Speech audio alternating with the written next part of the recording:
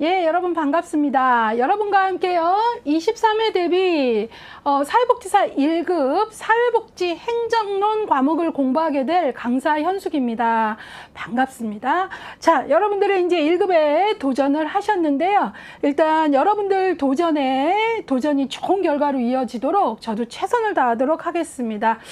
공부의 양이 좀 많습니다. 예, 이때 공부의 양이 많을 때 우리가 자기를 잘 관리하면서 가는 게 아주 중요합니다. 공부하다 보면 양이 너무 많아서 내가 한 3-4시간 했는데 기억에 너무 안 나는 게 되게 안타깝고 한데요. 여러분 콩나물 조금 시루에 키워보셨는지 모르겠어요. 시루가 구멍이 뻥뻥 있어서 처음에 물을 주면 다 빠져요. 정말 물을 콩이 먹기는 하나 이런 의심이 막 올라오거든요. 그때 멈추시면 그대로 썩고 끝나는 건데 의심이 올라오더라도 멈추지 않고 꾸준히 물을 주면 콩나물이 잘 자랍니다. 마찬가지입니다. 공부하실 때 내가 한 3-4시간 했는데 기억에 남는 게 너무 없을 때 포기하지 마시고 여전히 나와 한 약속, 오늘의 학습을 꾸준히 하신다면 어느새 여러분들의 학습량은 자라나고 있을 거고 또 여러분들이 원하시는 합격의 별도 가까워질 겁니다. 저도 여러분들이 매 순간 자신을 이겨내면서 자신과의 약속을 지켜내도록 도움이 될 수 있는 강의가 이제 여러분에게 도움이 되도록 최선을 다하도록 하겠습니다.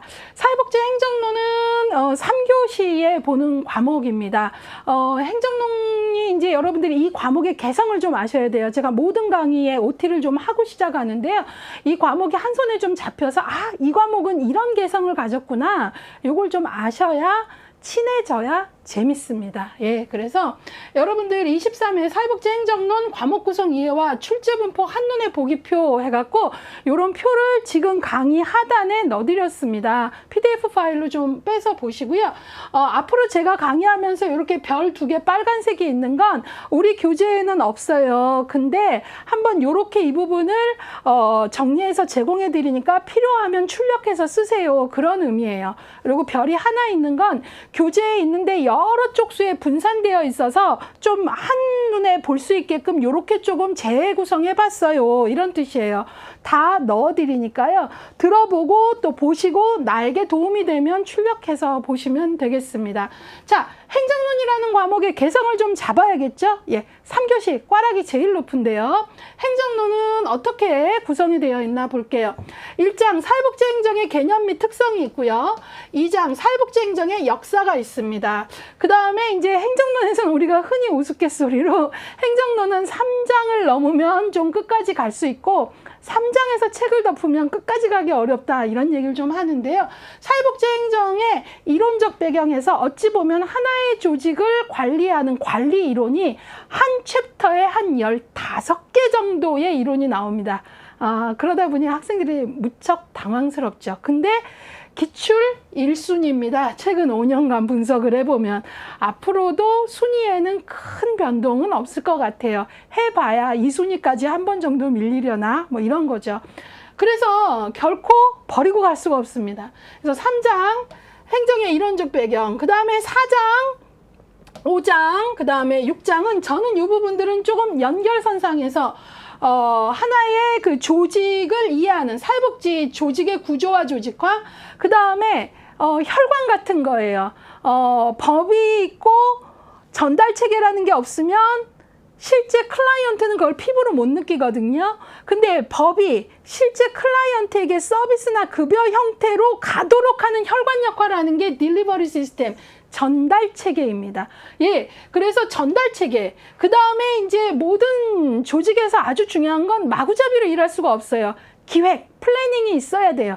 그리고 기획의 과정에는 구성원들이 참여를 하고 의사결정을 같이 할 때 훨씬 결과도 좋아요. 예, 그래서 기획과 의사결정에서 이 부분들이 사실은 공부에 좀 깨알암기 해야 될 것들이 좀 많아요. 예, 근데 이 부분들 같이 열심히 공부하시면 현장에 나가서 행정론이 현장을 읽고 이해하는데 되게 도움을 주는 내용들이 바로 여기에 있어요. 그거 좀 보실 거고요. 그 다음에 이제 사람에 대한 이야기, 리더십과 조직 문화입니다. 예, 우리가 관리 이론을 배웠는데 이제 여기서는 리더십이 뭔가, 어떤 리더십을 가질 때 조직을 보다 더 잘 관리할 수 있나? 그래서 여기서는 리더십에 대한 내용들이 나와요. 리더십 이론 뭐 이런 거. 그 다음에는 이제 인적 자원 관리에서 7장, 8장은 사람과 관련된 거고요. 그 다음에 우리가 행정론에서 또 무시할 수 없는 게 재무 관리, 재정 관리죠. 요게 나오고요. 그 다음에는 여기 보시면 프로그램 개발과 평가가 나오는데요. 이 부분은요, 여러분들이 학교 2급 과정에서 선택 과목이잖아요. 푸계평이. 그런데 선택 과목이지만 거의 다 이 과목을 이수하세요. 왜냐하면 실습 나가면 당장 피부로 느끼죠. 많은 기관들이 프로그램 한번 짜봐라 그러거든요. 예, 그래서 이 푸계평은 선택 과목임에도 불구하고 되게 중요한 과목인데, 이게 시험에 어떻게 나오냐, 행정론의 한 챕터로. 그리고 한동안은 얘가 행정론 기출 랭킹 아주 상위에 들어갔어요. 이 챕터가. 요즘에 조금 밀렸어요. 요즘에 좀 밀렸지만 5순위는 여전히 차지하고 있어요. 최근 5년간. 그래서 푸계평. 그 다음에 이제 점점 더 현대 사회복지 조직에게 요구되어지는 건 그냥 좋은 일 했어 하면 안 돼요. 어떻게 돈을 써서 어떤 결과가 나왔는지 뭐 이런 부분뿐만 아니라, 그러니까 재정적 책무성, 또 클라이언트 이미지를 같이 절하시키면서 도움은 안 돼요. 이미지 책무성 등등등 이제 많은 기관들에게 책무성, 책임감을 요구하는 시대입니다. 그래서 책임성에 대한 내용하고 그 다음에 평가. 예.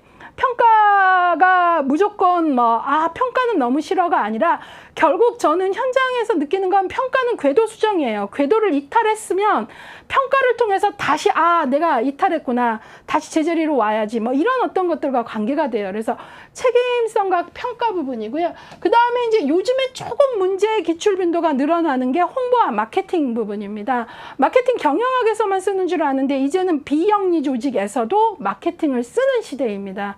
그 다음에 이제 마지막으로 환경관리, 정보관리 이렇게 돼요. 그래서 바로 여기 보시면 알겠지만 행정론은 이런 식으로 구성이 되어 있고요.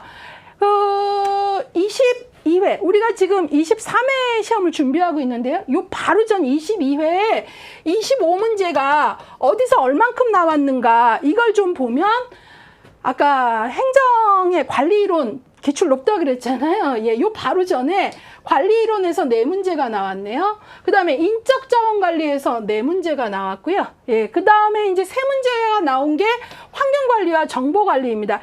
예전에는 환경 관리 부분 기출 안 높았거든요. 근데 최근에 이렇게 환경 관리 부분이 중요합니다. 그러니까 조직이 환경을 읽지 못하면, 일반 환경, 과업 환경을 제대로 읽고 대응하지 못하면 조직이 생존이 어려운 거죠. 예, 그렇기 때문에 이 부분도 이렇게 3문제까지도 한 회차에 배당이 됐다. 요 바로 전에. 그 다음에 이제 두 문항 보면은 역사에서 2문제, 조직화에서 2문제, 전달체계 2문제, 기획에서 2문제, 리더십에서 2문제, 재무관리 2문제, 홍보와 마케팅. 요거 이렇게 나왔고요. 그 다음에 행정 개념 특성에서 1문제, 푸계평에서 1문제. 그 다음에 책임성과 평가는 올해는 요 22회에서는 문제가 기출되지 않았어요. 그래서 요 바로 전에는 25문제 구성이 어디에서 얼만큼 됐나 보시고요. 그 다음에는 이제 우리 그 나눔의 집 책에서는 끊임없이 데이터베이스로 분석을 해드리고 있는데요. 최근 5년간의 기출 분포를 좀 보는 거죠. 그래서 봤더니 챕터별로 문항수는 제가 읽지 않을 거고요. 랭킹만 조금 볼게요. 랭킹을 좀 보면 1순위 행정의 이론적 배경이에요. 관리 이론. 자, 어떤 내용들이 있나? 현대 조직 이론 별 3개예요. 그 다음에 이론 중에서도 TQM, 토탈 퀄리티 매니지먼트라고 하는데요. 여긴 정말 꾸준히 기출이 높아요. 그래서 여기 별 3개. 그 다음에 별 2개가 이제 아까 관리 이론 중에서도 과학적 관리론, 우리가 테일러니즘이라 그러죠. 그 다음에 인간관계론, 정치경제 이론이 상대적으로 기출이 높고, 하나짜리로는 이제 관료제 MBO에서 쭉 나오죠. 그래서 이 표에서는 어디가 최근, 그러니까 요 22회, 요 바로 전 시험에는 몇 문항이 할당됐나? 그 다음에 최근 5년간 그 챕터는 몇 순위인가? 그 다음에 중요도의 키워드들은 어떤 게 있는지 별셋, 별둘, 별 하나로 넣어드렸거든요. 그래서 이것들을 조금 보시는 것도 이제 우리가 이 과목을 좀 한 손에 잡으면서 이 과목은 이런 개성을 가졌구나. 이렇게 친해지면 되겠다. 이걸 좀 잡으셔야 되는 거죠. 그 과목이 그 과목 같고 공부했는데 오로지 기억나는 건 많어.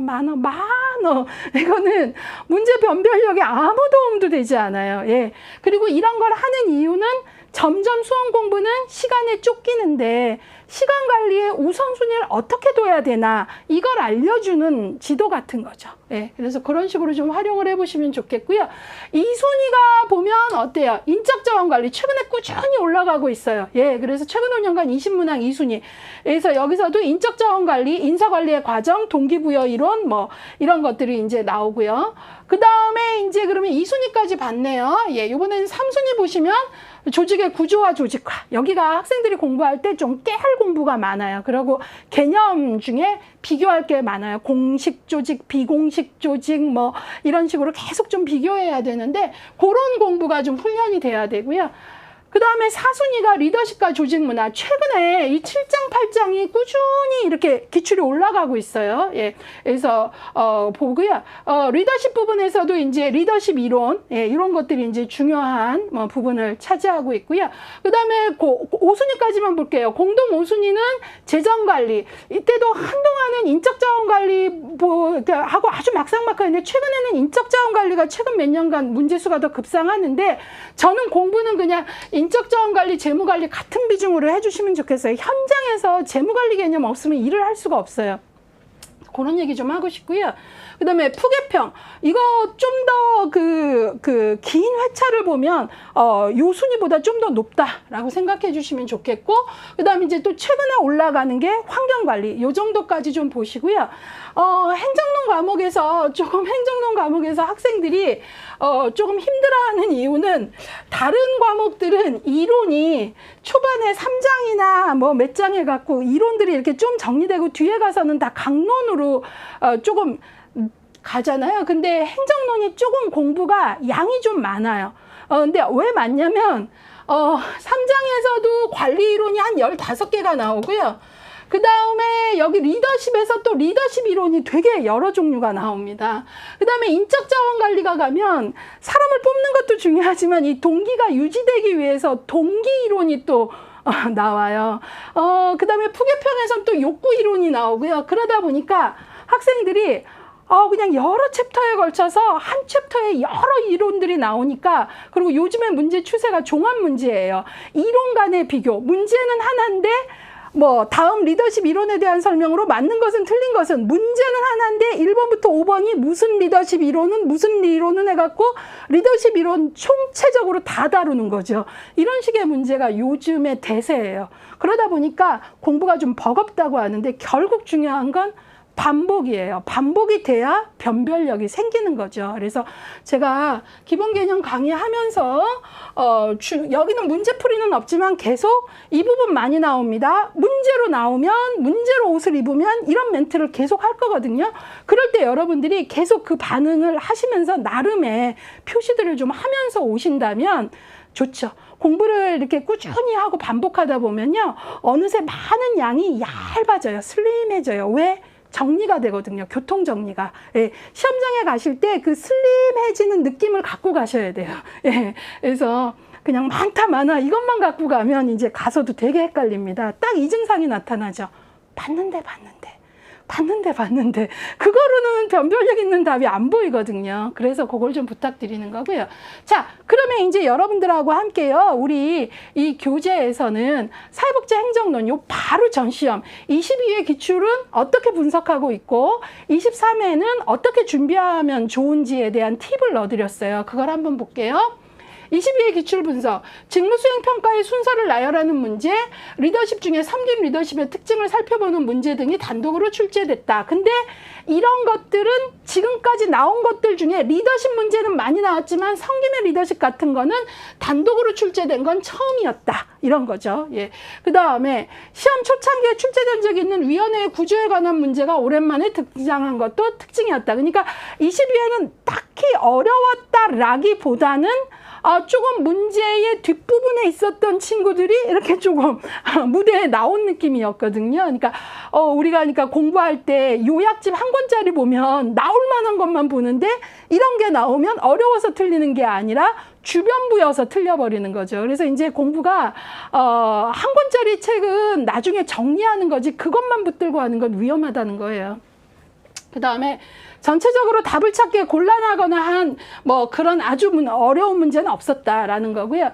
23회 대책은 좀 어떻게 세울까 이 얘기를 조금 해주고 있네요. 사회복지 행정론은 경영학, 행정학, 회계학, 마케팅 등에서 다양한 이론을 가져오기 때문에 언제든 새로운 문제가 등장한다. 예, 우리가 이제 해마다 우리 기본 교재가 업데이트를 계속 해도 그래도 이 정도면 1급 준비는 됐어 해도 어떤 애에는 아주 딱 뭐 1급 수준에서는 A, B, C 정도 알면 되는데 어떤 선생님이 작정을 하고 그 이후 것들을 툭툭 던져버린다. 그 얘기예요. 예, 그런 경우가 있다. 그렇기 때문에 만점을 목적으로 하지는 마라. 특히 3교시를 만점 맞겠어 하는 건 좋은 전략은 아니에요.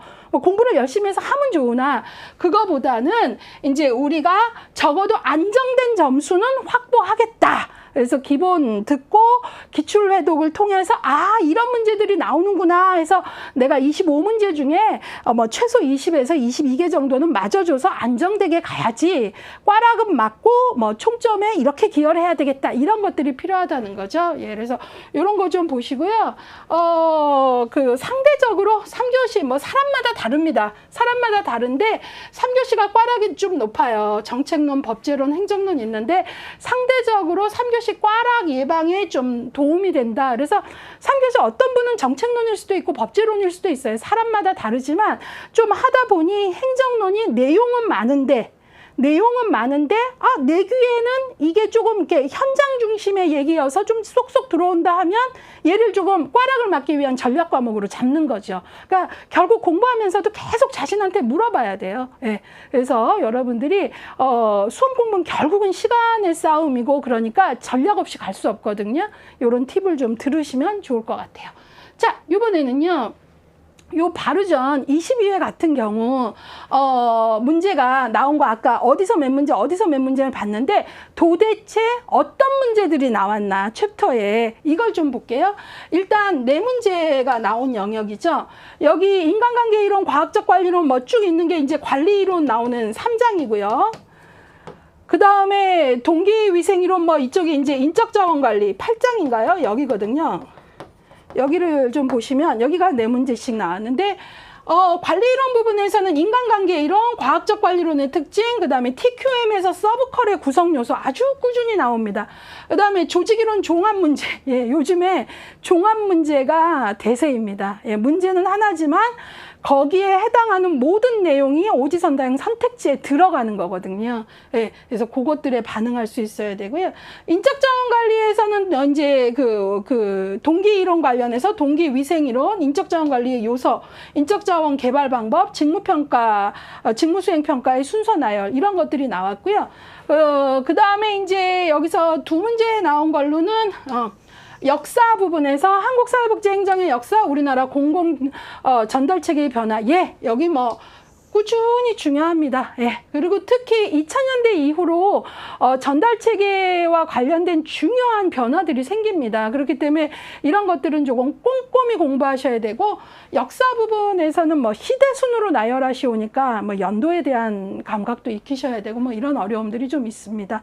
자, 2문제로 이제 조직 부분에서 조직의 구조적 요소, 위원회의 구조, 전달체계 부분도 2문제, 전달체계 구축의 원리, 과활용의 개념, 그 다음에 기획 파트에서 기획 기법 중에 퍼트, 의사결정 기법 중에 명목 집단 기법, 리더십 이론에서 섬김의 리더십, 조직 문화 이런 것들이 나왔고요.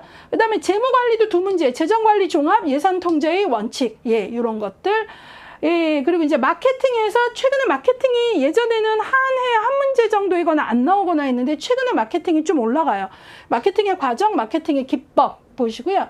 그 다음에 이제 한 문제 나온 걸로는 이제 1장의 사회복지 조직의 특징. 사회복지 조직은 일반 조직하고 뭐가 다른가? 이런 것들이고요. 그 다음에 이제 10장의 프로그램 평가의 목적, 그 다음에 13장의 사회복지 조직 혁신, 예, 이런 것들이 이제 중요하게 다뤄졌다라는 거 좀 보시고요. 22회. 자, 그 다음에 이제 우리 교재가 얼마나 잘 돼 있냐면 지금 22회 문제는 어디서 얼만큼 나왔고 어떤 키워드였는지 봤잖아요. 근데 이번에는 우리 교재가 뭘 보여주고 있냐면 5년간의 데이터로 이제 여기서 73.6% 이렇게 얘기하면서 최근 5년간, 예, 여러분들은 23회를 준비하고 있는데 챕터별로 어느 챕터에서 이제 문제가 많이 나왔는지 최근 5년간 데이터가 여기 나와 있습니다. 3장 사회복지 행정의 이론적 배경 3.6, 예, 아까 여기 이 안에 한 15개 이론이 있다 그랬잖아요. 예. 그다음에 인적 자원 관리 아까 높다 그랬죠. 3.2. 리더십과 조직 문화 최근에 좀 올라가죠. 2.2. 사회복지 행정의 역사 2.0. 최근 5년간의 평균 문항수입니다. 회차별로 조금씩 차이는 있어도 평균으로 본 거죠. 그 다음에 사회복지 조직의 구조화 조직화 2.0. 예. 그 다음에 이제 행정의 개념 특성 1.8. 그 다음에 재정관리 1.8. 환경관리 정보관리 1.8. 요 정도 해서 순위 한 8까지 좀 봐드렸고요. 이번에는요. 10년간인데 요거는 우리 교재 중에 기출회독. 저랑 이제 기본 개념 다음에 기출회독을 할 건데 기출회독은 10년간이고요. 이거는 키워드로. 예, 그래서 여기서 지금 83.2%라는 이제 통계를 가지고 있으면서 이건 챕터가 아니라 어느 챕터에서 어떤 키워드가 문제로 옷을 입고 자주 등장하느냐 이 얘기예요. 그래서 여러분들 교재 보시면 이 부분이 지금 뭐 되게 많죠, 내용이. 그렇죠. 25위까지 나와 있는데 여기서 한 10위까지 조금 잘라 드렸어요. 예, 그래서 이거는 기출회독에서 이게 전방위 학습으로 3스텝 학습으로 요약해 드리기, 그다음에 실제 문제 오지선다형 풀어보기, 가로넣기, OX하기, 틀린 문장 찾아서 고치기, 이걸로 이제 막 전방위로 계속 이제 문제 대응력을 키워드리는 책이 기출회독이에요. 수험생들 반응이 상당히 좋습니다. 예. 이 책은 키워드로 정리가 됐는데 어느 챕터에 어떤 키워드가 유난히 많이 나왔나 그 얘기예요. 예. 자, 그래서 2장, 예, 한국사회복지행정의 역사, 예, 출제 문항수, 최근 10년간 16문제. 8장, 사회복지조직에서의 인적자원관리 15문제. 3장, 현대조직이론, 여기 이제 이론들 중에서 현대조직 이론이 고전 이론이나 이런 거보다 높게 나왔다는 거예요. 키워드니까 더 좁혀준 거죠. 13문제. 그 다음에 1장 사회복지 행정의 특징 12문제, 전달체계 구축의 원리 11문제. 진짜 꾸준해요. 예, 뭐 통합성, 포괄성 뭐 되게 많잖아요. 접근성 요것들. 그 다음에 평가 유형 및 기준 10장 요 부분이 11문제, 환경 변화의 흐름 및 대응 11문제, 리더십 이론 10문제, 재정관리 10문제 뭐 이런 식으로, 예, 전달체계 구분 및 역할 해갖고 우리 교재는 25순위까지 나와 있는데 요 정도 좀 보자 그거예요. 자, 그래서 매 과목마다 우리 교재가 이렇게 학생들이 이 과목은 이렇게 구성되어 있고 이 과목은 챕터의 기출 비중은 이렇고 키워드의 기출 비중은 이렇구나 하고 이제 전략적 학습을 가능하도록 도와주고 있거든요. 그것들을 가져가셔라 그 얘기예요. 자, 그러면 조금 길었는데 이제 드디어 첫 1강만 그래요. 1장 사회복지행정의 개념 및 특성을 보도록 하겠습니다. 자, 여기에서는 그러면 첫 번째로 이제 1절 아까 1장이 어떤 식으로 이제 한눈에 쏙 해갖고요. 여기서 이제 여러분들하고 제가 보는 건 어떤 절로 구성됐나? 1장이 사회복지행정의 개념 및 특성이라 그래도 몇 절? 크게 2개의 절로 돼 있어요. 사회복지행정의 정의 및 특징 1절, 그 다음에 사회복지행정의 과정 2절 해서 2개의 절로 되어 있고요. 그 다음에 여기 요 박스는 없는데요 그러지 마시고요. 안으로 교재 안으로 들어가시면 1절 2절 안에 요 박스가 매 절 옆에 보시면 요게 20쪽 보시면 아실 거예요. 다 들어가 있거든요. 근데 여기서 좀 같이 보는 게 이 절 개념에서 1절이 더 높은지 2절이 더 높은지 한눈에 알 수 있잖아요. 그래서 이제 다시 한번 이렇게 구성을 해드렸는데요. 상대적으로 1절이 훨씬 높습니다. 예, 기출회차 1, 3, 8, 15 빼고는 뭐 다 나오죠. 1절 사회복지행정의 정의 및 특징, 사회복지행정의 정의 및 특징 별 3개 22회 기출. 예. 그 다음에 사회복지행정의 필요성 이런 것들이 나오고요. 여기에서 사회복지행정의 정의가 뭐고 특징이 뭔지 아는 거. 예. 일반 행정하고 무슨 공통점이 있고 뭐가 다른가 이런 거 알아야 된다는 얘기죠.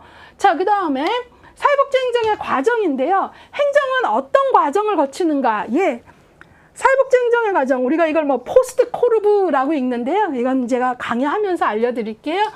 별 하나에 잊을만 하면 나오고 하면서 꾸준히 나와요. 예, 그래서 행정의 과정엔 어떤 것들이 있느냐, 뭐 P 하면 플래닝, 기획, 뭐 오가나이징, 조직, 뭐 이런 식으로 해갖고요. 행정이라 하면 어떤 요소들로 구성되어 있는가. 그래서 어떤 행정책을 보면은 이걸 사회복지행정의 과정이라고 안 하고 사회복지행정의 뭐 요소 뭐 이런 식으로 말하는 책도 제가 봤거든요. 그래서 포스트 코르보 하나씩 정확히 알아야 되고요. 요것들이 문제로 나오면 어떤 식으로 나오는지 제가 계속 예측을 하면서 강의를 해보도록 하겠습니다. 사회복지행정의 과정, 행정의 실천 원칙, 사회복지 행정가로서의 자질 이런 내용을 담고 있고요. 그 다음에 이제 1장으로 들어가서 사회복지행정의 개념 및 특징 이제 보면 여기서 첫 번째로 보는 게 여러분들 19쪽에 기출경향을 한번 살펴보자 그 얘기예요. 예, 기출경향 1장의 기출 포인트 크게 어려운 문제 없이 정답률이 높게 나타나는 장이다. 주로 사회복지행정의 특징을 살펴보는 문제가 출제되어 왔으며 이와 관련해서 행정이 추구하는 가치 행정이 추구하는 가치는 뭐가 있는가라는 거죠. 예, 그 다음에 행정의 필요성을 묻기도 한다. 사회복지행정의 전반적인 과정이나 기능을 묻는 문제, 행정가로서의 자질에 관한 문제들이 출제되곤 한다 해서 꾸준히 이 과목을 분석을 하고 이렇게 팁을 드리고 있습니다.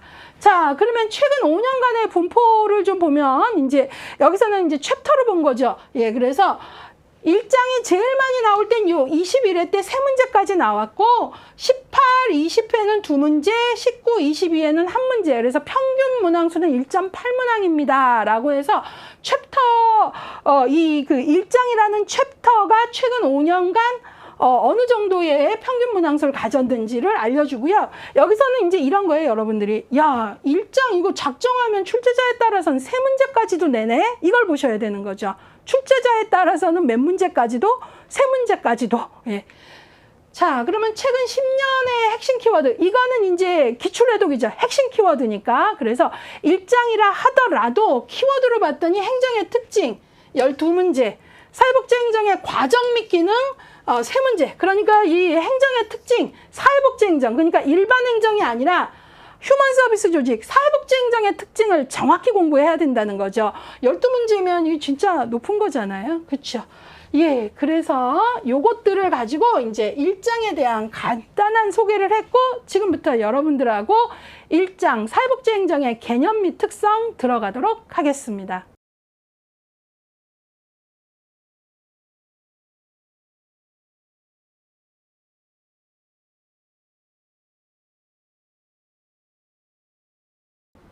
예, 여러분. 자, 이제 1장 여셨죠? 예, 1장 사회복지행정의 개념과 특성 부분인데요. 우리가 앞에서 살펴봤듯이 1절은 사회복지행정의 정의 및 특징입니다. 기출 회차 보시면 1장의 1절 치고는 기출이 꾸준히 많은 편이다라는 거 우리가 좀 같이 인식하고 갈 필요가 있을 것 같아요. 여기 봤더니 뭐 최근은 15회 이후 한 번도 빠지지 않고 나왔네요. 그런 것도 좀 생각을 해보시고요. 예, 첫 번째 여러분들 갖고 계신 교재 20쪽을 보시면 사회복지행정이 정의 및 특징 했잖아요. 여기 봤더니 22회 기출되어 있다고 하는데요. 정의 및 특징인데 요 특성 부분에서 22회 기출이 됐어요. 요 바로 전. 그래서 그거는 제가 조금 이따 그거에 해당하는 부분에서 설명을 드릴게요. 자, 일단 여기서는 사회복지행정론 1장의 1절에서 우리가 꼭 알고 가야 되는 거 기본 중에 기본. 사회복지 행정이 뭐냐라는 정의 내림입니다. 예, 그래서 사회복지 행정은 추상적인 정책을 구체적인 서비스와 급여로 전환하는 걸 바로 행정이라 그래요. 예, 그래서 여기 보시면 약간 그 말에 대비가 있죠. 추상적인 정책을 구체적인 서비스와 급여로. 그러니까 추상적인 정책은 사람으로 치면 두뇌, 브레인 같은 거예요. 그리고 구체적인 서비스와 급여는 그게 어때요?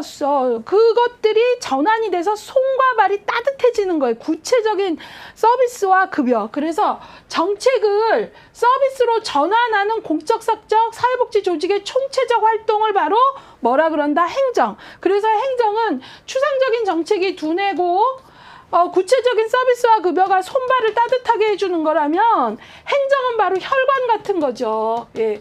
이 혈관, 그리고 이러한 혈관 중에 혈관이 우리가 나중에 배우게 될 뭐예요? 전달 체계인 거예요. 그래서 행정에 있어서 이제 우리가 전달 체계를 한 챕터로 또 배우게 되는 거죠. 예, 그래서 쉽게 말해서 뭐 김아무개 할머니는 할머니 이제 뭐 연금이 어떻게 돼서 뭐 어떤 한 달에 한 번씩 어떤 도움이 들어가고 좀 소득에 도움이 될 거예요 해도 할머니 잘 모르세요. 뭐 무슨 제도가 어떻게 바뀌어서 이거 아니거든요. 할머니한테는 어때요? 그것이 할머니 통장에 현금으로 들어와야 할머니는 정책 제도를 할머니는 느껴요. 그래서 추상적인 정책을 구체적인 서비스와 급여로 할머니가 어때요? 그 기초연금이 들어와서 어때요? 불을 떼서 겨울에 따뜻한 거 바로 그렇게 전환하는 게 바로 행정이라는 거예요. 그렇게 전환하기 위해서는 바로 이 혈관과 같은 역할의 공적, 사적, 복지 조직의 총체적인 활동. 그러면 총체적 활동이라는 것 안에는 뭐예요? 바로 조직이 있어야 되죠. 국민연금제도라고 하면 국민연금관리공단이 있어야 되고 그 안에 일하는 어때요? 직원들이 있어야 이걸 전환을 해서 김아무개 할머니의 손과 발이 따뜻해지는 구체적인 서비스와 급여로 간다는 거예요. 그게 바로 행정이란 얘기예요. 그래서 바로 이것들을 지금부터 얘기할게요. 그 얘기입니다. 자, 그러면 요 이미지를 머리로 좀 갖고 계시면서 사회복지 행정의 정의 꼭이 붙었잖아요. 한번 읽어볼게요. 그 문장을 이렇게 한번 바꿔본 거예요. 공공 및 민간기관을 포함하여 모든 사회복지 조직의 구성원들이 수행하는 총체적 활동. 근데 그 총체적 활동이 바로 사회복지 조직이 목표를 달성하기 위해 국민연금관리공단이라면 국민연금관리공단, 국민연금의 목표를 달성하기 위해 사회복지 정책을 서비스로 뭐 하는 거? 전환하는 것, 추상적인 정책을 구체적인 서비스와 급여로 전환하는 것, 이걸 바로 행정이라고 한다. 그리고 그 안에는 조직만 있으면 안 되죠. 그 안에서 일하는 사람들의 협력활동의 체계와 과정이 필요하다라는 거예요. 이해 가셨죠? 자, 그런 다음에 그 밑에 보시면 나머지 설명들은 요 개념들이 정리되면 그냥 따라오네요. 사회복지 조직을 중심으로 정책의 서비스로 전환하는 과정이 행정이다. 또 그 과정에서 관리자는 뭐를 해야 돼요? 목표 달성을 위해서 인적 물적 자원을 관리하는 과정이다. 또 모든 조직 구성원들이 뭘 해야 행정이 잘 이루어지죠? 협력해야죠. 역동적으로 협력하는 활동. 내 일만 잘하면 돼가 아니라 그 다음에 조직을 변화시키고 발전시키는 사회복지 실천의 개입 방법. 자, 사회복지 영역 안에서는 또 하나의 행정이라는 건 또 하나의 방법론이기도 하죠. 그 얘기입니다. 자, 그래서 여러분들하고 이 행정의 정의 및 특징을 봤어요. 이 개념은 이 책이 끝날 때까지 계속 갖고 가셔야 돼요. 결국은 이 개념 정의 안에서 우리는 행정에 대한 얘기를 꾸준히 할 거예요. 그래서 그걸 좀 봐야 되고요. 옆에 중요도 별 3이나 붙었는데요. 행정론 같은 경우는 정의, 일반 행정과의 공통적 차이점, 사회복지 조직의 특성, 휴먼 서비스 조직이라 그러죠. 그 다음에 사회복지 조직이 일반 행정하고 뭐가 다른지 이런 모든 내용들이 연결돼서 전반적으로 나오니 꼼꼼히 공부해라 라고 얘기를 해주고 있습니다. 그 밑에 보시면 한 걸음 더해 사회복지 행정에 대한 학자별 정의가 나오는데 제 생각에는 이걸 학자별로 외우실 필요도 없고 제가 그걸 다 읽을 필요도 없을 것 같아요. 그런데 우리가 아까 잡은 기본적 정의 안에서 맨 끝에 4번의 스키드모어 정도만 한번 볼게요.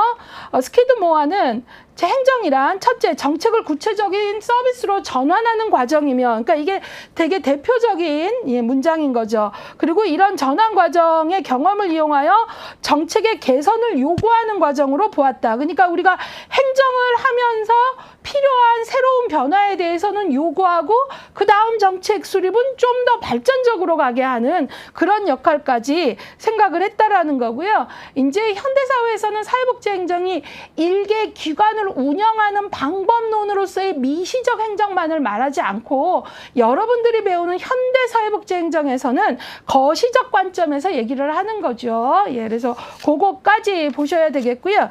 이제 여러분들 교재 21쪽으로 조금 넘어가 보겠습니다. 자, 여기서 우리가 봐야 되는 건 일반 행정과 사회복지 행정은 어떻게 다른가 또 어떻게 공통점이 있는가입니다. 기본적으로 여러분 사회복지 행정이 먼저 나왔겠어요? 일반 행정이 먼저 나왔겠어요?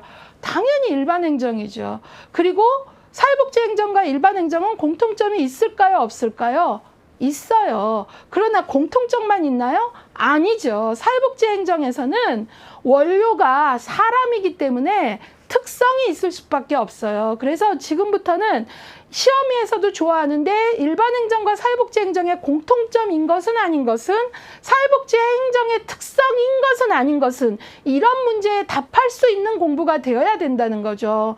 예, 그래서 거기 보시면 일반 행정을 공공행정과 사행정으로 모두 포함한다고 보기도 하지만 일반 행정은 공공행정으로 사행정은 기업행정. 그러니까 기업에서도 행정의 요소가 있는데 그거는 일반 행정이 아니라 사행정의 기업 경영으로 본다라는 거죠.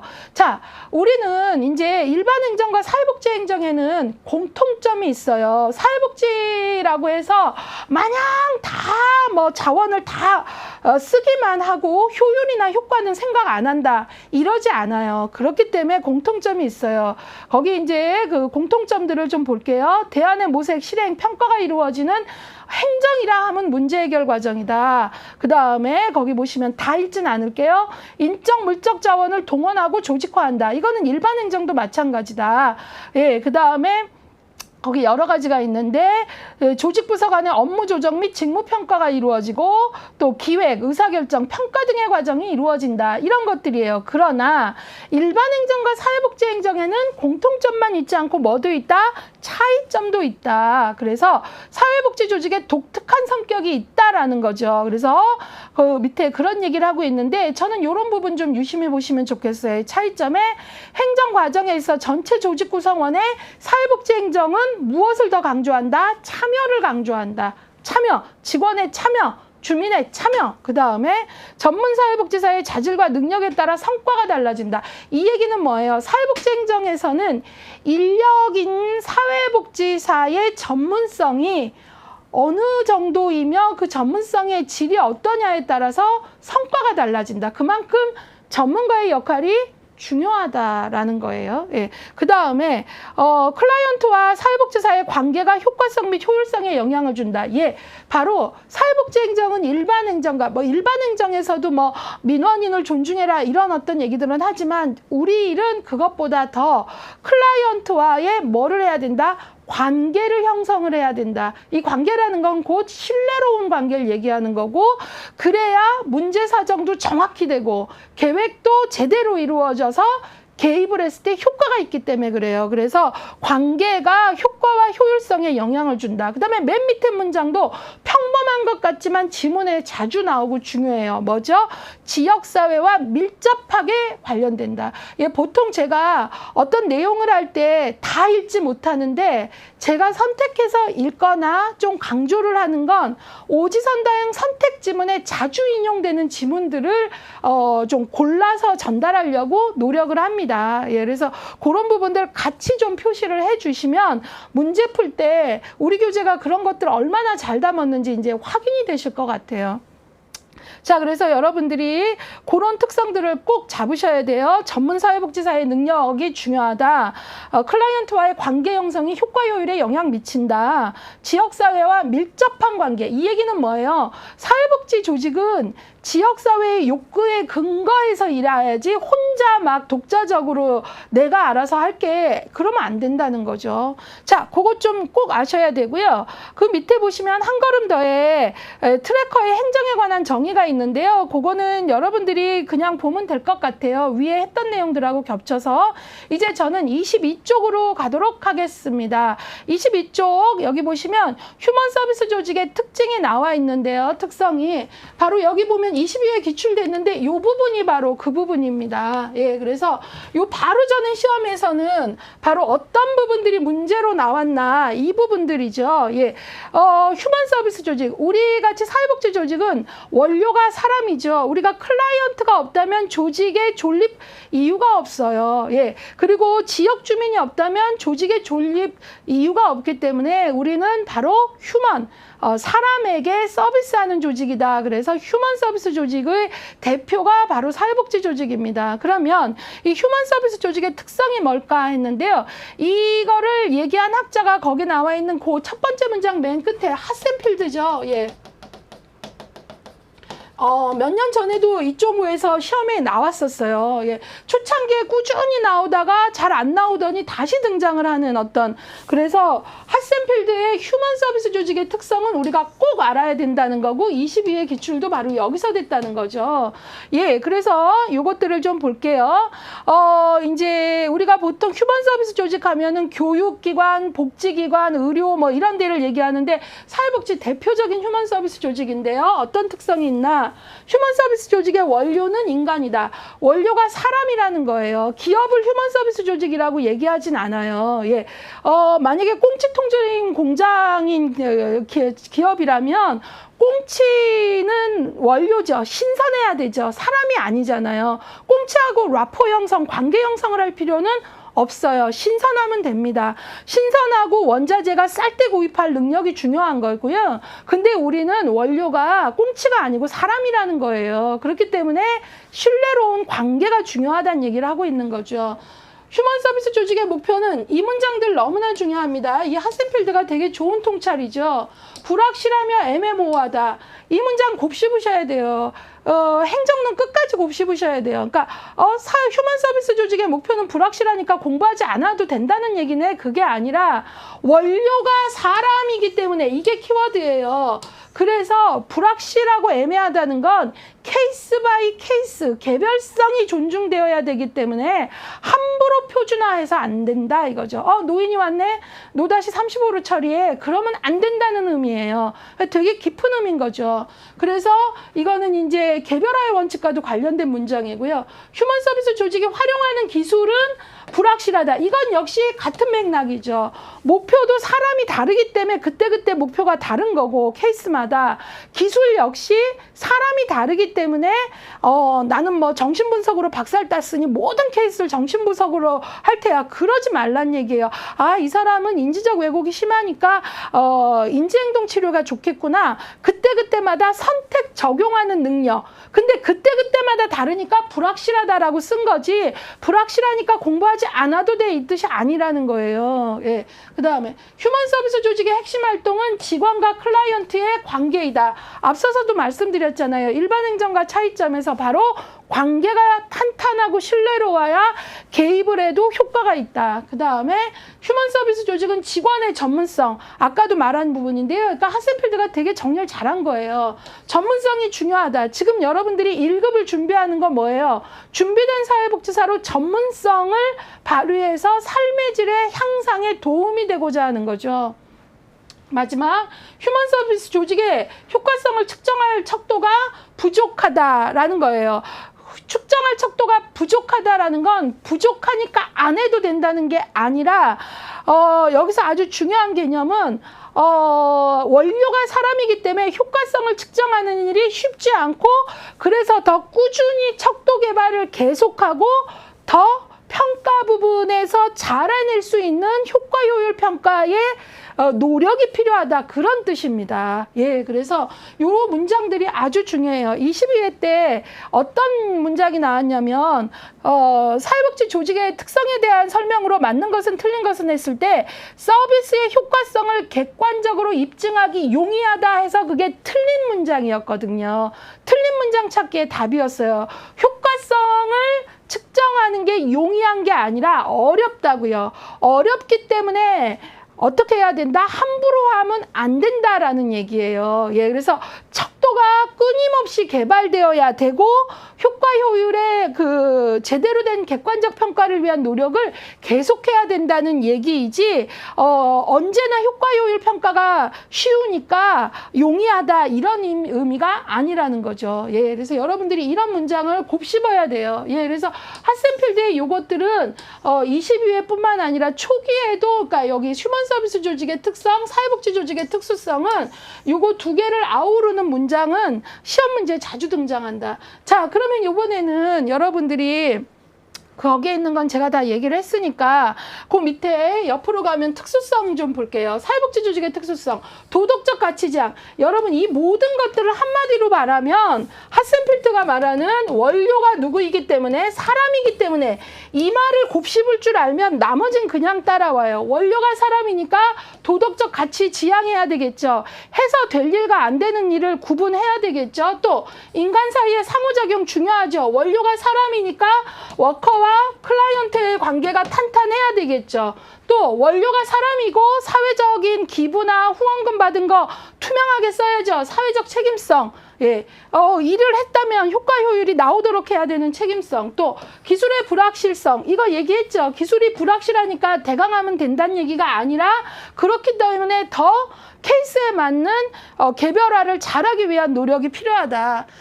그 다음에 전문가의 역할 중요 말했고요. 목표의 모호성. 여기에 이거는 누구도 말했어요. 핫센필드도 목표는 불확실하다. 기술이 불확실하다. 이 말을 곱씹는 게 중요하다 그랬죠. 예. 원료가 사람이기 때문에 다 생기는 말이에요. 그만큼 불확실하다라는 건 다른 말로 제대로 곱씹어서 신중하게 잘해라 이 얘기예요. 결과의 무형성, 이건 너무나 중요하죠.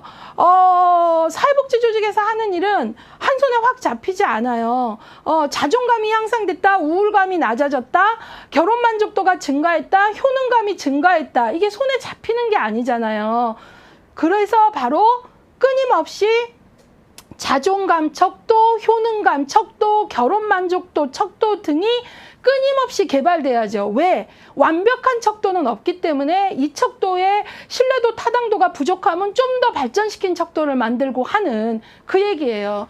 그래서 우리는 결과의 무형성, 그게 더 어렵기 때문에, 그래서 아까 측정할 척도가 항상 부족하다는 거죠. 완벽하게 구비됐기 때문에 객관적으로 효과성 검증이 쉽다가 아니라는 거죠. 그 다음에 효과효율성 척도가 부재하다. 이 얘기는 뭐예요? 아무 노력도 안 해도 된다, 원래 없다, 그게 아니라 원료가 사람이기 때문에 한 손에 확 잡히는 성과가 아니기 때문에 끊임없이 좀 더 객관적일 수 있는 거, 이런 노력을 해야 된다, 이런 뜻이죠. 예, 그래서 이 부분은 꼭이 둘 다 붙은 건 시험에 문장들이 많이 나오는데, 이 원료가 사람이라는 말에 의해서 나오는 이 문장들을 제대로 곱씹은 학생들은 답을 찾아내는데, 아닌 학생들은 잘 못 찾는 거죠. 예, 그래서 그것들을 정확히 하고 가셔라, 그 얘기예요. 그래서 저는 이 부분 강조하고요. 이 내용들은 행정론 끝까지 제가 어느 챕터를 해도 그 어떤 문장을 설명하기 위해서 이 사회복지 조직의 특성을 계속 반복적으로 얘기할 만큼 중요한 내용들입니다. 예, 그래서 그런 것들 정확히 잡으세요. 예, 자, 그래서 그 얘기를 다 했고요. 이 부분은 제가 이제 읽지 않아도 될 것 같아요. 지금 다 설명을 했기 때문에 23쪽까지 봤고요. 그렇다면 여러분들 이거 한번 보세요. 사회복지 조직에는 평가 척도가 완비되었다, X이죠.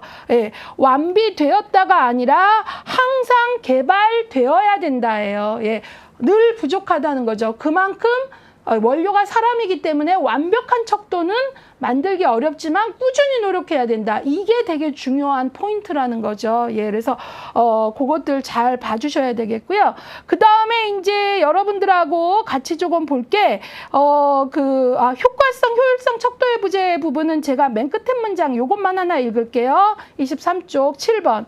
인간을 원료로 하고 도덕적 가치를 고려해야 하며 제공하는 기술에 대한 확신을 갖기도 어렵고 결과에 대한 평가 기준도 모호하다. 왜? 원료가 사람이기 때문에. 이로 인해 서비스의 효과성이나 효율성을 평가하는 것이 사실상 어렵고, 그러니까 하지 말란 얘기가 아니죠. 평가에 적합한 척도도 부재한 실정이다. 그러니까 공부 안 해도 된다, 없어도 된다라는 게 아니라 그만큼 더 신중해야 돼요. 그래서 여러분들이 척도를 찾을 때는 신뢰도, 타당도, 이런 어떤 것들에 대해서 어떤 게 더 잘 된 건지 이런 걸 다 살펴보고 적용을 해야 된다는 얘기인 거죠. 자, 그거 봤고요. 이제 여러분들하고 한 걸음 더를 보시면 사회복지행정의 주요 가치가 나옵니다. 예, 이 부분이 초창기에는 좀 시험으로 잘 응용이 됐는데 그대로 좀 수면 아래로 내려가지만 여전히 중요한 내용이라 짚고 가겠습니다. 자, 사회복지행정의 주요 가치라는 건 추구하는 거죠. 행정이 무엇을 추구해야 되냐 이 얘기인데요. 효과성, 효율성. 제가 말씀드렸듯이 사회복지 조직은 마음이 착한 거니까 효율 같은 거 따지면 안 돼. 다 퍼주기만 해야 돼. 이런 거 아니에요. 우리는 어때요? 사회적 기부나 이런 여러 가지 를 우리는 정직하게 쓴다라는 말의 뜻은 효과 있고 효율적으로 쓴다는 뜻도 있는 거예요. 투명성만이 아니라. 그래서 우리 역시 효과와 효율, 거기 보시면 효과성은 한마디로 목표를 달성했느냐? 이 얘기는 더 좀 현장 중심으로 말하면 A 상태의 클라이언트가 A-로 변화했느냐, 삶의 질이 향상됐느냐 이거예요. 이게 효과성이고요. 효율은 우리가 잘 알듯이 최소 투입, 그 다음에 최대 산출이 되도록 하는 거죠. 예, 그러니까 막 쓰는 게 아니라 거기에 있는 효율성, 최소한의 자원으로 최대 효과, 그러니까 투입 대비 산출이 나오도록 하는 거죠. 그걸 잘해야 된다는 거고요. 그 다음에 이제 공평성과 접근성이 나오는데요. 공평성은 다른 말로 형평성이라고도 합니다. 여기서 이 공평성은 이 퀄리티라는 절대적 평등이 아니라 에퀴티 개념이에요. 그래서 읽어보시면 서비스를 받을 기회, 내용 등에 있어 여기서는 동일한 욕구를 가진 클라이언트에 대해서 동일한 서비스, 그러니까 모두가 획일적으로 똑같다라는 얘기가 아니라 동일한 욕구를 가졌다면 동일한 서비스를 줘야 된다. 동일한, 이게 중요한 겁니다. 자, 그 다음에 접근성은 우리가 편익성이라고도 하고 이 외에도 책에 따라서는 접근성 개념을 활용성, 이용성 이렇게도 말하는데 접근성, 편익성 요 정도 잡으세요. 근데 이 접근성이라는 것 안에는 여러 의미가 있어요. 물리적 접근성, 정보적 접근성, 심리적 차원의 포괄적 개념이에요. 물리적으로 너무 멀어서 이용 못해요. 거기 가깝긴 한데 버스를 2번 갈아타서 불편해서 못 가요. 이런 게 물리적 접근성이 떨어지는 거죠. 정보적 접근성은 뭘까요?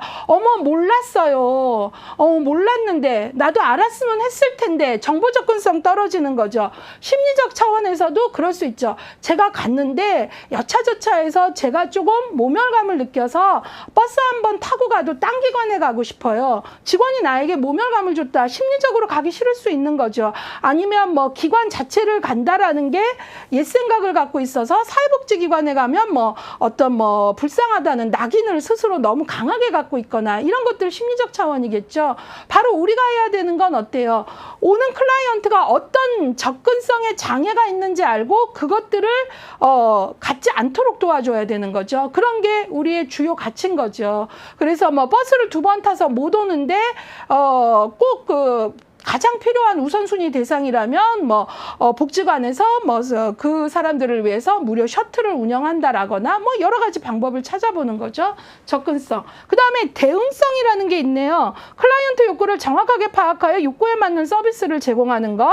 그 다음에 책임성. 이제 좀 보다 보면 책임성을 항상 어려워해요. 왜냐하면 이 책임성이 어떤 A는 B다의 개념이다 보는, 그러니까 효율 같은 경우는 투입 대비 산출 이렇게 얘기하는데 책임성은 좀 품고 있는 내용이 좀 많아서 어려운 것 같은데요.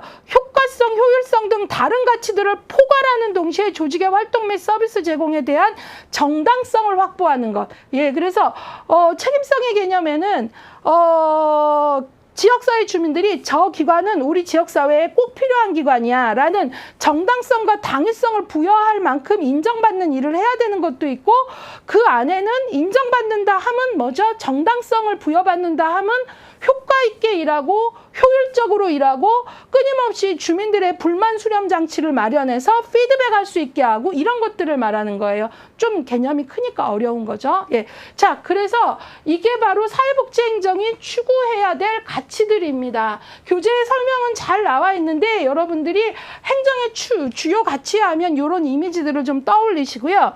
여기에 이제 제가 하나만 더 추가를 할게요. 효과하고 효율성은요, 요렇게 이제 조금 묶어보시고요. 공평하고 접근성 이렇게 묶어볼게요.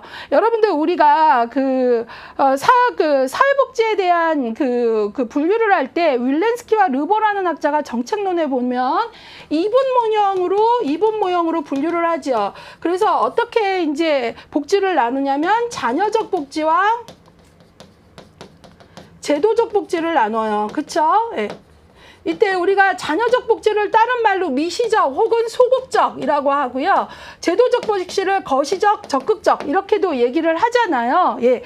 자, 바로 이게 이분 모형 자녀적 복지 뭐 이렇게 얘기하고 할 때 이제 우리가 자녀적 복지를 선별주의라고 하잖아요. 뭐 스크린에서 줄 사람만 주자. 제도적 모형이라 그래가지고 이건 보편주의 해갖고 이제 좀 더 권리의 개념이 강한 거잖아요. 근데 행정론에서 효과와 효율만 너무 추구하는 가치를 이것만 너무 추구하게 되면 윌렌스키와 르보가 말하는 자녀적 복지, 선별주의에 가까운 정책 방향이 나아가고요. 접근성과 공평성을 추구하게 되면 동일한 요금은 똑같이 해줘. 그 다음에 접근성이 있어서 못 오면 접근성을 제거하는 노력을 끊임없이 해줘. 이런 부분이기 때문에 접근성과 공평성의 노력에 더 가치를 줄 때에는 제도적 복지, 보편주의와 연결이 된다는 것까지 알고 계세요. 초창기에는 이런 개념들의 문제들이 조금 이런 개념까지 좀 정확히 아는 걸 요구했는데 요즘엔 이쪽 동네 문제가 줄어들지만 저는 여전히 중요하다고 봅니다. 그렇기 때문에 요 사회복지 행정이 추구하는 가치도 아셔야 되고 그 가치 중 효과, 효율에 너무 이것만 집중하면 자녀적 복지, 소극적인 복지, 우리가 흔히 말하는 선별복지, 그 다음에 공평과 접근으로 가면 제도적 복지, 권리 중심의 보편주의 이쪽으로 간다. 요것들을 조금 연결해 주시기를 바랍니다. 이런 것들 조금 메모하시면 좋겠어요. 예. 이런 것들 좀 보셔야 되고요. 예. 자, 사회복지 행정의 필요성으로 좀 넘어가도록 하겠습니다.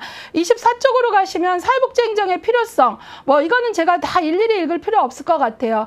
나와 있듯이 현대사회는 보다 더 복잡해지고 사회 문제가 더 심화되고 있기 때문에 사회복지와 관련된 제도적 정책적 개입이 필요한 거, 인간과 사회의 상호 연관성, 관계 속에서 누구도 홀로 존재하지는 않기 때문에 이제 사회복지 행정, 네트워킹 이런 부분들이 더 중요해지는 거죠. 욕구가 복잡해지고 네트워크가 그에 따라 더 중요해지고 그 다음에 아무리 사회복지라고 해도 효과와 효율을 놓고 가진 않는다라는 것. 그래서 이제 우리의 책임성은 좋은 일 했어 그 정도로는 안 돼요. 효과성, 그래서 결과에 성과가 있는가, 효율성, 자원은 늘 한정되어 있다면 최소 투입으로 최대 효과를 내기 위해서 노력을 했나, 투입 대비 산출 이것들을 본다는 걸 좀 알고 가시고요. 24쪽에 좀 보시면 보충 자료 옆에 보시면 이렇게 QR코드 누르는 거에 대한 QR을 활용하세요 되어 있고요. 이제 거기 그게 있잖아요. 사회복지 조직에서 행정이 없다면 했잖아요. 예, 그래서 이것까지는 노트에다 안 넣어드렸지만 행정이 없다면 어떤 일이 벌어질까라는 부분들을 이제 보충 자료로 QR 누르시면 이렇게 내용이 나옵니다. 예, 그래서 여러분들이 얼마든지 나는 여기서 좀 더 심화하겠어 하면 이렇게 다 심화학습이 되도록 도와드리고 있다라는 걸 알려드리고요. 뭐 요게 뭐 이제 우리가 행정이 없다면 뭐 지금까지 배운 것만으로도 리더가 기분 내키는 대로 일하고 또 그 다음에 역할 분담 없이 일하고 또 과학성 없이 일하고 그렇게 되면 효과 효율 안 나오는 거죠. 예, 이런 부분들에 대해서 여기에 그대로 정리를 해줬어요. 예, 그래서 그 내용들을 좀 본다면 아 이래서 행정이 필요하구나 라고 아실 것 같아요. 이제 우리 교재가 뒤로 갈수록 QR코드를 활용하세요가 이제 또 여기저기 나오는데 그때는 제가 설명 안 하고요. 이런 게 있으니 활용하세요. 요번 처음만 설명할게요. 넘어가겠습니다. 2절입니다. 사회복지 행정의 과정인데요. 이 부분은 기출이 그렇게 많지는 않아요. 근데 문제를 낸다면 어떻게 낼지는 우리가 알고 가야 돼요. 수험생은 수험 공부의 마지막은 결국은 출제자의 마음으로 공부가 정리되는 게 잘된 공부인 것 같아요. 그래서 제가 그 부분을 좀 도와드리겠습니다. 그래서 사회복지 행정의 과정, 예, 요것들을 같이 보도록 할게요. 예, 가장 최근에는 21회, 그러니까 요 전전에 문제가 나왔다라는 거죠. 행정의 과정에 대한 이야기를 할게요. 25쪽의 맨 위에 문장 제가 읽어보겠습니다. 사회복지 행정의 기본적인 과정은 일반적으로 기획, 조직, 인사, 지시, 조정, 보고, 재정, 평가로 정리한다. 각 영문의 앞글자를 따서 기획의 플래닝 이런 식으로 되잖아요. 그래서 기획의 플래닝, 조직의 오가나이징, 인사의 스태핑, 지시의 다이렉팅, 조정의 코디네이팅, 보고의 리포팅, 재정의 버제팅, 평가의 이밸류에이팅. 요 앞글자만 땄더니 요렇게 된 거죠. 예, 여기 나온 거 제가 그냥 좀 기억을 잘하기 위해서 아주 그냥 좀 원초적 발음으로 해볼게요. 포스드 코르브 이렇게 되는 거죠. 예, 앞글자만 따니까. 예, 그래서 그냥 우리가 실천론 관계론에서 그 관계의 7대 원칙 앞글자만 따서 개별화 뭐 이런 거 앞글자만 따서 개의 통수 비자비 이런 식으로 외우잖아요. 외국 애들도 그런 암기를 하는 거고 또 이런 것들은 과정이고 요소기 때문에 같이 묶어서 암기해야 되니까 그런 방법을 쓰는 거죠. 그래서 앞글자만 따서 포스드 코르브라고 얘기를 한다라는 거예요. 그러니까 우리는 어쨌든 암기해야 되죠. 그러니까 여러분들이 포스드 코르브 이렇게 좀 유치해도 좀 해보세요. 이게 실제 실험 결과 온몸의 오감각을 활용해서 공부하는 게 훨씬 장기 기억으로 잘 넘어간다라는 게 이 실험한 게 있습니다. 그 어린이집 대상 아이들을 대상으로 어떤 개념을 차분하게 앉아서 선생님 얘기만 듣는 경우하고 어떤 개념을 알려주고 노래로 불러보고 모션으로 따라해보고 막 그랬거든요. 애들이 훨씬 그러니까 온몸으로 기억을 한 거죠. 그래서 여러분들도 공부하실 때 그냥 이런만 하지 마시고 연습장에 포스드 코르브 하고 한번 써보시고 소리도 내보시고 좀 해보세요.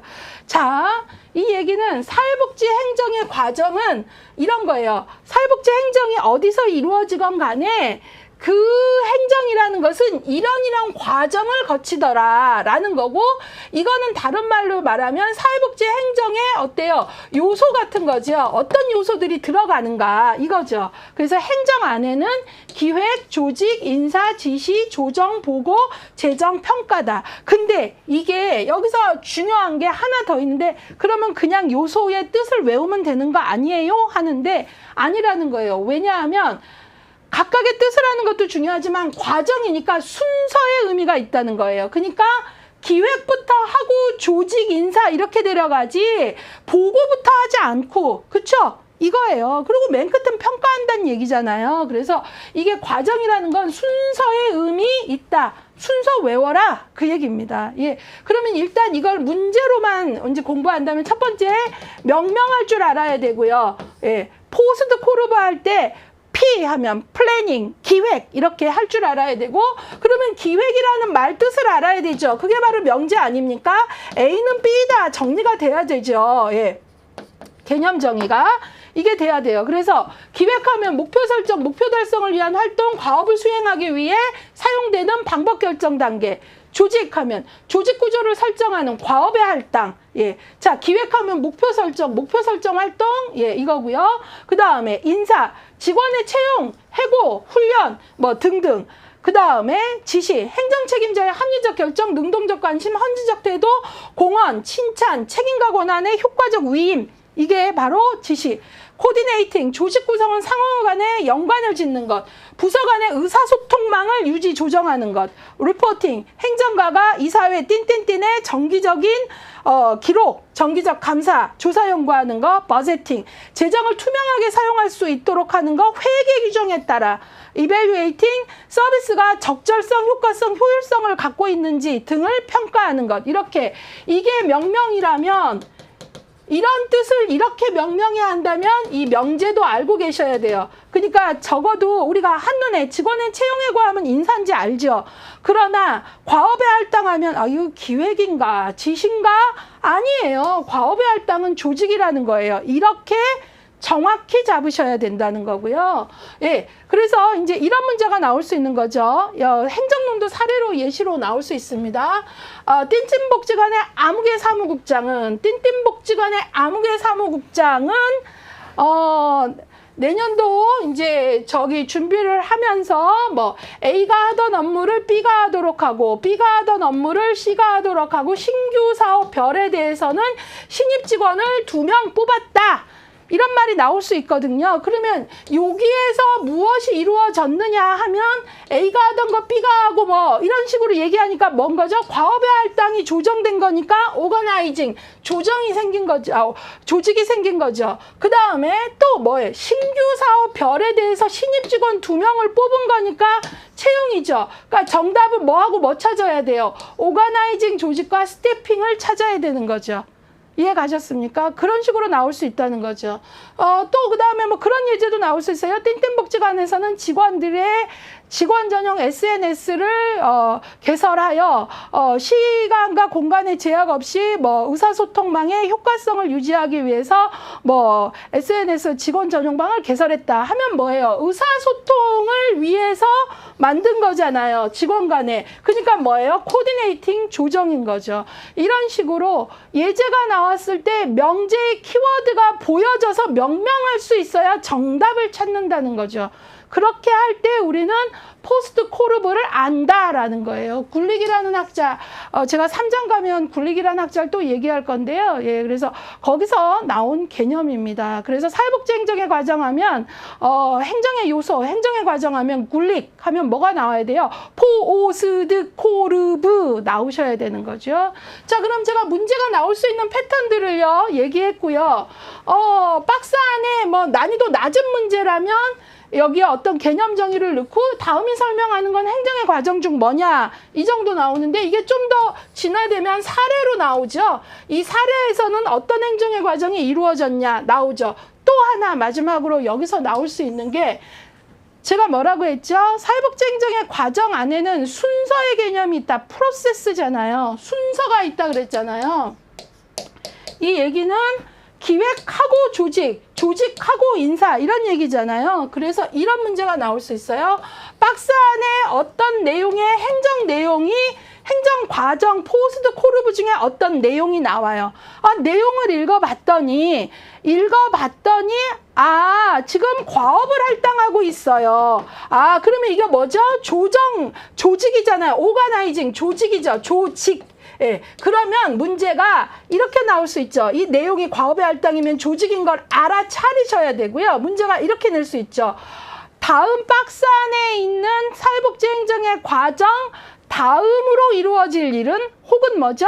이 전에 이루어질 일은 지금 여기에 과업의 할당이니까 조직 오가나이징이니까 물어보는 게 이 전에 이루어졌어야 되는 일 하면 뭐예요? 오가나이징 전이니까 기획이 답인 거고요. 이 다음을 물어보면 스태핑, 인사가 답인 거죠. 무슨 얘기인지 아시겠어요? 예. 그 다음에 재정에 대한 얘기가 나오고 요 다음에 이루어질 게 뭐냐 하면 재정, 버제팅이니까 요 다음에 뭐죠? 평가, 이밸류에이팅인 거죠. 예, 그러니까 결국은 과정과 관련돼서 문제가 나오면 박스 안에 주어진 문장이 어떤 과정인지 알아채리기 위해서는 명명과 명제가 정확해야 되고 그 다음에는 포스트 코르브라는 프로세스를 정확히 알아야 이 전에 이루어진 일, 그 다음에 이루어질 일을 답을 찾을 수 있는 거죠. 예. 제 생각에 이 정도면은 굴릭의 포스트 코르브에서 나올 문제의 유형은 거의 다 뽑아드린 것 같아요. 예. 그래서 여러분들이 문제 자체를 푸는 것도 중요해요. 그리고 저는 그걸 문제집을 통해서 여러 차례 해드릴 거예요. 그런데 기본 개념서에서 어느 회에 어느 문제는 아니어도 이 개념 되게 중요해요. 별 있잖아요. 근데 아까 이 개념 중요해요. 이 개념 중요한데 얘가 문제로 나오면 이런 식으로 옷을 입고 나와요. 그것들을 찾아서 들으시면서 수험 공부할 때 내가 거기에 반응할 수 있게 공부를 하셔라. 그 얘기예요. 이해되셨죠? 예. 그래서 요거는 이제 교재에 있는 걸 박스로 만들어 드린 거기 때문에 제가 요 정도 설명하고요. 제가 파악한 바로는 요 부분은 요 22회 전에 21회 때 문제 나왔고 또 그 전에 16회 때도 요 동네에서 문제가 나왔다. 이런 얘기 좀 하고 가고 싶고요. 26쪽의 끝부분을 가면 제가 일일이 이거 박스로 설명했기 때문에 읽지는 않을게요. 한 걸음 더의 행정의 과정이 나오거든요. 거기에서 요것만 조금 읽어볼게요. 예, 그 한 걸음 더 좀 보시면 행정의 과정은 본래 일반 행정학에서 출발한 것으로 사회복지 행정의 특수성을 담아내지 못한다는 비판과 함께 여러 학자들이 평가, 의사소통, 정보관리 등을 행정의 과정 속에 첨가하기도 한다. 그러니까 굴리게 이것만이 다는 아니다라는 거예요. 예, 그렇지만 어떤 것도 완벽하진 않지만 맨 끝에 박동서 이 사람들이 제시하고 있는 책에서 행정의 과정은 조금 다른데 그거는 거기 나와 있듯이 목표 설정, 정책 결정, 기획, 조직의 구조와 동기부여, 평가, 행정개혁 그런 것도 있다. 예. 근데 대부분 1급에서 행정의 과정은 굴리게 포오스드 코르브를 쓴다. 이 정도 해드리면 될 것 같아요. 자, 그래서 굴리게 포스트 코르브 설명했어요. 여러분들이 이 말씀드렸듯이 요것들의 순서를 안다 함은 이 어떤 거여도 이 전과 후를 연결하는 공부를 해야 되고 그 다음에 각각의 명명과 명제를 정확히 해야 사례가 나왔을 때 사례 속에서 명제의 키워드가 보이면서 반응할 수 있다. 이렇게 정리를 할게요. 예, 여기 포스트 코르브 조금 그냥 유치한 것 같아도 그냥 좀 과장해서 공부할 땐 좀 그렇게 하세요. 포스트 코르브 이렇게 쓰면서 그렇게 좀 하시면 기억에 남고 헷갈리지 않아요. 선택하셔야 돼요. 고상하게 공부하고 다음날 하야할 것인가 조금 온몸으로 공부하고 다음날 기억들을 올려서 해낼 것인가. 예, 입력을 했으면 저장이 되고 필요할 때 나와줘야 되잖아요. 그렇죠? 예. 자, 이번에 사회복지행정의 실천 원칙 보도록 하겠습니다. 자, 사회복지행정의 실천 원칙 27쪽에 보시면 사회복지조직은 궁극적으로 클라이언트의 삶의 질 향상을 목적으로 하며 다음과 같은 행정 차원의 실천 원칙을 살펴봐야 된다 해갖고 원칙이 참 많아요. 예, 한번 볼게요. 사회복지 가치의 원칙, 우리가 앞서서 사회복지가 추구하는 가치, 제가 크게 선별주의와 보편주의로 뽑아드리면서 효과성, 효율성, 공평성 등 말했죠. 이런 것들. 그 다음에 지역사회와 서비스 수요자의 욕구 원칙. 사회복지 조직은 철저히 지역사회의 욕구에 근거해요. 예, 사회복지 조직은 그 부분을 기억하셔야 되고요. 그 다음에 기관의 목적 알고 일해야 되고요. 문화적 장애 원칙, 소통의 장, 목적의식이 있는 관계의 원칙. 예, 이 얘기는 뭐예요? 5번 보시면 목적의식이 있는 관계, 행정가와 이사회, 직원 그리고 지역사회 구성원들 간의 효과적이고 목적의식이 충만한 관계가 형성돼야 된다 그랬어요. 예, 그래서 여러 가지가 있는데 지역사회 전체일 수도 있고 또 클라이언트와의 관계에서도 사적인 관계가 아니라 어떤 목표를 가진 관계 이런 것들 분명히 해야죠. 기관의 정체성. 예, 그래서 대부분 기관 가면 기관 현관에 뭐가 있어요? 비전 선언 등등이 있잖아요. 정체성. 전문적 책임성의 원칙. 예, 사회복지 행정에서는 무엇보다도 전문가의 역량이 중요하다. 참여의 원칙. 예, 주민 참여뿐만 아니라 그 지역사회에 사는 사람들의 참여뿐만 아니라 직원들 자신도 어때요? 의사결정 과정에 소외되지 않는 참여, 소통의 원칙. 예. 직원 안에서의 소통도 중요하고 또 뭐예요? 소통의 원칙, 지역사회하고도 소통을 해야죠.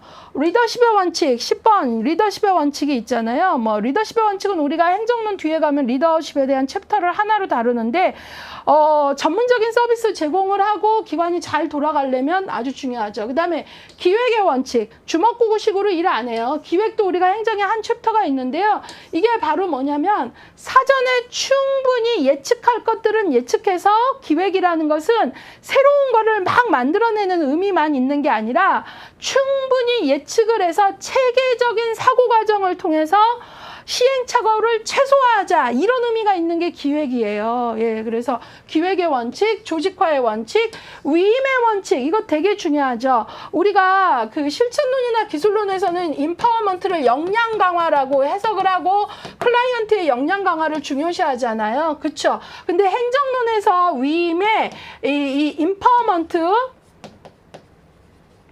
임파워먼트가 여기서는 이게 권한 부여라는 의미가 있어요. 이렇게도 해석이 돼요. 권한 부여는 곧 뭐죠? 위임해라. 모든 일을 장이 내가 다 한다. 내가 없으면 우리 조직은 안 돌아간다. 그게 아니라 정말 잘하는 장이라면 직원들 개개인의 역량을 키우고 믿어주면서 업무 위임을 잘한다는 거예요. 예, 그래서 내가 다른 어떤 일 때문에 출장을 3일 가도 기관이 그다지 걱정스럽지 않아야 일을 잘한 거지, 내가 없으면 안 돼 해서 1시간마다 막 전화해갖고 확인하고 그러는 거는 아니라는 거죠. 위임의 원칙은 사실은 되게 현장에서 중요한 개념입니다. 예, 그래서 위임. 그 다음에 조정. 자원 활용의 원칙, 변화와 혁신. 예, 우리가 이제 최근에 사회복지 행정론에서도 혁신에 대한 문제가 좀 나오고 있고요. 평가의 원칙, 성장의 원칙. 예, 그래서 사회복지 행정의 실천 원칙 뭐 하나하나 다 교재거리 읽자면 읽어봄직할 만큼 좋은 의미들인데 여기서는 요 정도만 볼게요. 여기서도 조금 눈여겨보시면 포스트 코르브에서 봤던 기획도 나오죠. 조직화도 나오죠. 그러니까 플래닝도 나오죠. 오가나이징도 나오죠. 그다음에 조정의 원칙 보면은 코디네이팅도 나오죠. 평가, 이밸류에이팅도 나옵니다. 예, 그래서 실천에 이런 원칙들, 그러니까 자꾸 공부할수록 저는 좀 그런 생각 들더라고요. 특히 행정론에서는 원칙이 원칙으로만 남고 시험 문제를 위해서 원칙으로만 배우고 현장에 적용되지 않을 때 정말 공부가 된 걸까라는 염려가 있는데, 이런 원칙들 지금 한 18가지 요것만 잘 지켜도 웬만한 사회복지 행정은 정말 잘 이루어질 거예요. 근데 그런 것들 하나하나가 어렵다는 거죠. 자, 그러면 좀 그런 선의 연장선이기도 한데 28쪽에 가보시면 사회복지 행정가의 자질에 대한 얘기가 나옵니다. 행정가, 우리가 뭐 관리자, 리더 뭐 이런 얘기들을 하는데요. 20회 이때 이 부분에서 사회복지 행정가로서의 자질에 관한 문제가 나왔었습니다. 예, 그래서 그런 걸 좀 보시면 내용이 어렵진 않아요. 지키기가 어렵지. 예, 그래서 좀 볼게요. 행정가라 함은 관리자, 리더라 함은 수용, 예, 그래서 직원이나 클라이언트 이런 어떤 거 있는 그대로 받아들이는 거. 그러니까 수용이라는 건 있는 그대로, 예, 있는, 영어에 as it is라는 말이 있죠. 예, 제가 영어를 잘하진 않지만, 있는 그대로 보는 거예요. 그러니까, 굿하고 배드로 나누지 않는 거죠. 누구는 굿하니까 좋고, 누구는 배드하니까 안 돼. 이게 아니라, 있는 그대로의 사람을 받아들일 수 있는 힘, 수용. 그 다음에 관심, 뭐, 친절함, 소속감, 그 다음에 창의성. 어렵죠. 창의성. 그 개혁적인 건 뭐 이런 것들 좀 더 절차상의 창의로 좀 더 서로가 행복하게 일할 수 있는 건 뭐 등등 쉽지 않습니다. 그다음에 민주성. 민주성의 핵심은 의사결정 과정에 직원이 참여하는 겁니다. 그 다음에 신뢰를 바탕으로 일을 할 수 있어야 된다라는 거죠. 신뢰가 상실되면 필요하지 않은 어마어마한 비용 부담을 해야 됩니다. 예, 그런 그 에너지를 소모해야 된다는 거죠. 예, 그러면 조직이 건강하지 않습니다. 그래서 신뢰가 상당히 중요하다라는 거예요. 신뢰가 형성되지 않으면 의사소통에도 장애가 생기고요. 협력에도 어려움이 생기고요. 업무 몰입도 떨어질 수밖에 없습니다. 이런저런 것들을 본다면 신뢰는 대단히 중요한 거죠. 그 다음에 인정. 직원들에 대한 인정이 중요해요. 그러니까 내 기준치가 좀 다르더라도 직원의 작은 변화를 알아차리고 인정해 주는 것. 그래서 거기 인정 보시면 칭찬, 적절한 보상 등이 있죠. 그 다음에 기획. 그 다음에 조직화, 앞에서 다룬 개념은 넘어갈게요. 우선순위. 리더, 관리자 제일 어려운 것 중에 여러 가지가 있지만 우선순위인 것 같아요. 자원이 늘 한정되어 있기 때문에 어디에 우선순위를 두어야 하는가? 그 다음에 권한의 위임, 적절한 위임. 아까도 우리가 위임이라는 얘기 나왔는데요. 임파워먼트인 거죠. 그 다음에 그러니까 임파워먼트를 키워줄 수 있어야 된다. 의사결정, 그 다음에 동기부여할 수 있어야 되는 거. 뒤에 가면 인사관리 배우는데요. 인사관리 이론의 핵심이 바로 동기를 어떻게 유지하느냐예요. 뭐 면접할 땐 죄다 초심 잃지 않고라고 하는데 어느새 매너리즘에 빠져 있고 또 그 매너리즘이 이제 손 쓸 길 없는 수준까지 가 있고 막 이런단 말이죠. 네, 그런 거. 그 다음에 이제 행동 촉진해 갖고 직원들의 성장과 발전을 지지하고 적극적으로 후원해야 된다. 어려운 얘기인데 이제 조직이 성장하고 있는가, 퇴행하고 있는가 이런 것들 대단히 중요한 거고요. 마지막으로 이제 통합성과 포괄성 이런 얘기들을 하고 있습니다. 늘 느끼는 거지만 행정가의 자질 같은 부분은 여기 나와 있는 키워드나 내용이 어려워서 이해 못하진 않아요. 실제로 우리가 지키기가 어려운 거죠. 여러분들이 현장에 나갔을 때도 마찬가지인 겁니다. 예, 그래서 현장에 나가서 일할 때도 그냥 난 저 사람이 좋아 그냥 싫어하지 마시고요. 나의 관리자라면 행정가의 자질은 이러이러한 건데 어떤 부분에서 우리가 지금 답보 상태에 있지? 이것들을 볼 때 나는 공부한 것들을 가지고 들여다볼 수 있는 제3의 눈이 있구나 라고 얘기를 하는 거죠. 자, 그 다음에 사회복지 행정가에게 요구되는 지식, 기관에서 제공되고 있는 서비스에 대한 전문적 지식. 이 지식이라는 게 결국은 다른 과목에서도 나오는데요. 우리가 배우는 것들이에요. 인간의 발달, 인간의 행동에 대한 이해, 공감인의 조직에 대한 정보, 조직 인사, 재무 회계에 대한 지식, 그 다음에 사회복지 관련 이슈에 대한 민감성. 저 이거 중요하다고 봅니다. 이제 취업했으니까 됐어가 아니라 끊임없이 사회복지에 어떤 이슈들이 지금 올라와 있고 어떤 정치적인 것, 어떤 경제적인 건 우리 조직하고 전혀 관계가 없는 것 같지만 현대사회에서는 정치, 경제, 사회, 문화, 복지, 교육 이런 것들이 다 맞물려 있기 때문에 어느 것의 변화가 우리에게 어떤 영향을 미칠 수 있는가 이런 부분들에 대한 민감성을 가져야 된다는 거고요. 그 다음에 이제 조직의 구조화 기능에 대한 이해가 있어야 되고요. 평가에 대한 지식. 예, 이 부분 끊임없이 개발해야 됩니다. 예, 그래서 성과평가 압력을 받아 내 심리적 부담이 커 하고 짜증만 낼 것이 아니라 왜 성과평가가 현대사회복지에서 이렇게 현장 워커들에게 요구되어지고 있을까? 이거 어떻게 하면 제대로 알고 잘할 수 있지? 이런 것들이 필요한 거고요. 마지막에 이제 사회복지 전문가로서의 윤리에 대한 지식, 인권에 대한 관심. 예, 윤리는 스스로 지키지 않으려고 하면 지키기 어렵습니다. 그렇기 때문에 이런 민감성 중요하고요.